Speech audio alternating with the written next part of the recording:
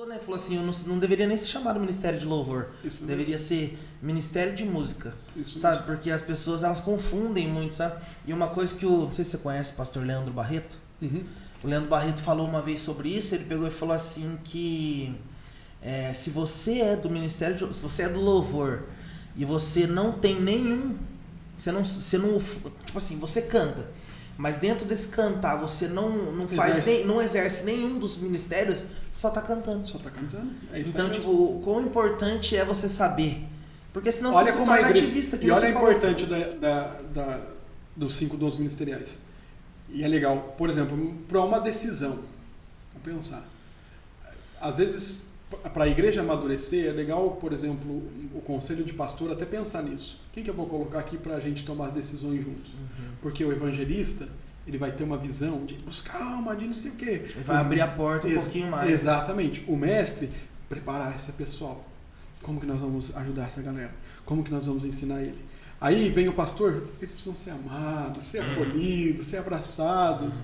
Aí depois vem o apóstolo, mas a visão precisa continuar, nós precisamos expor ela. E vem o profeta e fala assim, não é por esse caminho que você Deus tem que tá falando andar, outra coisa. você tem que caminhar por esse caminho. E daí, qual desses tem razão? Todos. Todos E nenhum. Todos têm, na verdade. Todos têm razão. Só que acaba não fazendo sentido. Por quê? Porque a igreja vive por uma visão. Às vezes caminha por um único propósito.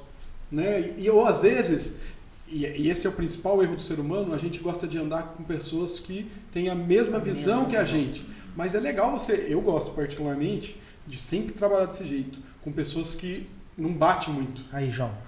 Deu certo. Cara, nós dois é benção, então. Não bate, você vai acrescentar. Se você achar alguém que é igual a você, qual a chance de você crescer? Nada. Nenhuma, só é igual. Agora, se você achar alguém diferente de você começa a crescer, porque daí você começa a ver do outro jeito que o outro pensa, do outro jeito que o outro pensa, e aí vai caminhando. É muito da hora isso aí. Viu? Mas cara, é difícil, né? Muito difícil. Mas é uma cegueira mesmo espiritual, mas que o Espírito Santo tem certeza, tem algo acontecendo no reino espiritual, porque ao mesmo tempo, e isso é bíblico, irmãos, ao mesmo tempo que viria a apostasia, a frieza, também viria um avivamento, um calor e uma visão. Então, ao mesmo tempo que vai ficar feio e difícil, vai ficar caloroso e cheio da presença de Deus. A minha pergunta é, onde nós vamos estar? Se a gente está meio no... Eu sempre falo, o crente velho vira diabo. O crente velho vira diabo. Por quê? Né? Lógico que não é no sentido literal da palavra, mas no sentido de fica morno, frio, tá certo, fica que nem os fariseus sucedeus lá da Bíblia, orando, sei lá, fazendo as monteiras de coisa, mas não tem o coração rendido ao Senhor. Mas já para pensar uma coisa, se você é o jovem, você é jovem ainda, vou colocar assim. Amanhã velho será. Então, vamos colocar assim, qual conselho você daria para um jovem que entendeu isso? Tá, ele entendeu isso. E tipo, ele acredita que ele tem que ajudar a igreja dele. Entendeu? Mas ao mesmo tempo, ele sabe que ele não tem a voz para ajudar a igreja dele. Mas a igreja, às vezes a gente pensa na igreja como 4 paredes. Ah, sim. Às vezes a gente pensa na igreja como 4 paredes. O que eu posso falar, às vezes você fala assim, putz, mas é muito diferente daquilo no qual a igreja que eu estou inserido. Mas a influência tua para as pessoas não é. O teu pastor, a tua igreja não tem influência sobre o ciclo de pessoas no qual você está inserido. E são essas pessoas que você deve ministrar para que elas conheçam Jesus, para que elas se acheguem. O problema é que a gente quer trabalhar com os que estão na igreja. Isso é verdade. Né? Não. O que eu preciso fazer, esse jovem que às vezes tem essa visão, que tem essa revelação, o que ele precisa fazer? Quem é um que está aqui do meu lado? Deixa eu pegar esse aqui. Vamos junto? Vamos crescer? Vamos desenvolver? Estamos aqui para ajudar? Agora, uma outra coisa que eu falei para vocês, não sei se foi aqui agora, porque nós já conversamos bastante, mas eu não vendo mais ficar, não pude hoje, amanhã você faz? Não pôde hoje, você não colocou como prioridade. Se você não colocou como prioridade, sou eu que vou pôr. Né? Então, porque Jesus, ele anunciava a verdade, ele não ficava se humilhando por causa das pessoas, não. Jesus anunciava a verdade. Lógico que com muito amor, isso não substitui, né, o amor, muito pelo contrário, tem que amar aquele irmão, tem que ajudar, tá passando por um momento difícil, conversar, ligar, mandar uma mensagem, tem que ter isso. Mas eu também não posso ficar me vendendo, porque eu fico muito assim, Coitadinho. E geralmente é por causa das irmãs que vem na igreja. Meu filho, ajuda ele, meu Deus, ele tá lá desviando. Né? Daí a gente fica ali naquele... Mas a pessoa não quer. É difícil esse negócio de pessoa não quer. Se a pessoa não quer, o que você vai fazer? Tem alguma coisa que você possa fazer? Tem. Não tem. Só você nem bater não tem. É complicado isso aí, porque eu falo assim, até que você tá falando de discipulado, tem uma pessoa que eu discipulei e, tipo assim, cara, eu dei tudo que eu podia, sabe? Falei, não, só que, tipo, não sei se já deve ter acontecido com você. Aí você pega e fala, aí você pega, você vê a pessoa, por exemplo, que tem um defeito ali que tá acabando com ela. Aí você chega e fala assim, esse defeito seu, assim, tal, né? Aí, não, verdade, você tem razão. E não muda. Mas sabe por quê? Defeito é muito difícil mudar. Pensa em você. Não, sim. Os seus defeitos os defeitos, nossa, a gente tem uns defeitos de estimação, que a gente não abre mão por nada. Ó, velho. Porque defeito é difícil mudar. Porque toda mudança, ele exige uma coisa. Sair da zona de conforto. Dor, né? Dor. Exatamente. Até eu estava em casa e Deus ministrando isso comigo. Eu estava lá, minha unha do pé descolou. Grudou no sapato de uma criança e subiu para cima. E horrível. Daí, agora a outra unha nova tá chegando, né? E daí aquela unha tá ali, descolando. Aí eu fui tentar tirar, não consegui. Aconteceu comigo. Aconteceu, né? Com bastante gente. E eu refletindo mesmo com Deus. Falei, Deus, às vezes a gente tá assim, né? Tá doendo para tirar o que é velho, para vir o novo.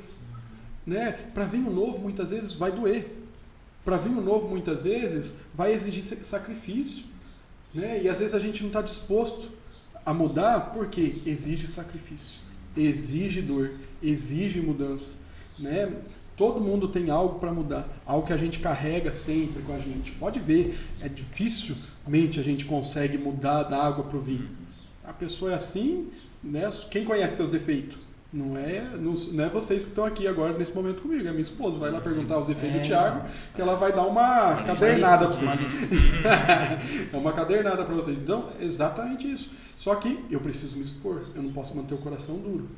Né? A diferença entre o pecador e quem comete pecado, eu volto lá no exemplo do padeiro e da mãe que faz pão. A mãe que faz pão é considerada padeira?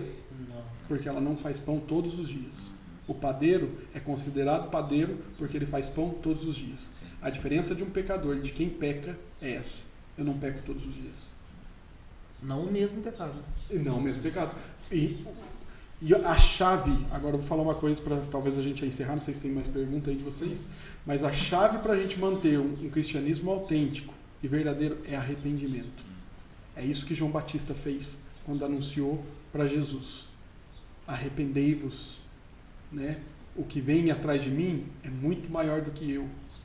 E é necessário vocês, ou os saçudeus, nem se lembra agora não, os fariseus, saçudeus. É isso aí. É isso aí, obrigado. Esse negócio aí que fala saco. Coloca aí o nome aí embaixo, comenta que já dá divulgação. Saduceus. Saduceus, obrigado, Senhor, pela revelação. Né? E o que acontece? Ele começa a falar para esse cara que vocês precisam fazer o quê? Frutos dignos de arrependimento. Sabe por quê? Eles estavam na igreja. Eles tinham Abraão como pai da fé deles, mas não tinham um coração arrependido. O grande segredo para que o avivamento venha sobre as nossas vidas é que os nossos pensamentos sejam motivo para que eu me arrependa por ter pensado daquele jeito. Nossa. Pensamentos são como sementes. Semente, uma vez que você começa a colocar água, o que acontece? Brota, germina, cresce, vai criando raiz. Quanto mais você nutre um pensamento, mais raiz aquele sentimento vai tendo. Mais difícil vai ficando para você se livrar dele. Então a chave para você mudar as coisas é você refletir no teu pensamento. Um dos grandes segredos que eu tenho experimentado na minha vida nesse momento são controlar pensamentos. A gente vem de uma verdade que fala assim, é impossível controlar pensamento. Não, apesar de... Às vezes aquele pensamento vem, eu tenho feito assim. Por que esse pensamento veio na minha cabeça? O que eu fiz? Aonde eu abri a brecha? O que aconteceu para eu estar pensando dessa maneira aqui? Porque ele é uma raiz de uma ação, ou raiz de algo que eu fiz Ele não é um pensamento vazio sozinho que veio. Ele veio de alguma raiz. E daí eu vou fazer o quê? Tratar lá na raiz. Ah, se é a mulher lá do Instagram que estava de fio dental, que está me provocando para levar para uma pornografia, vai lá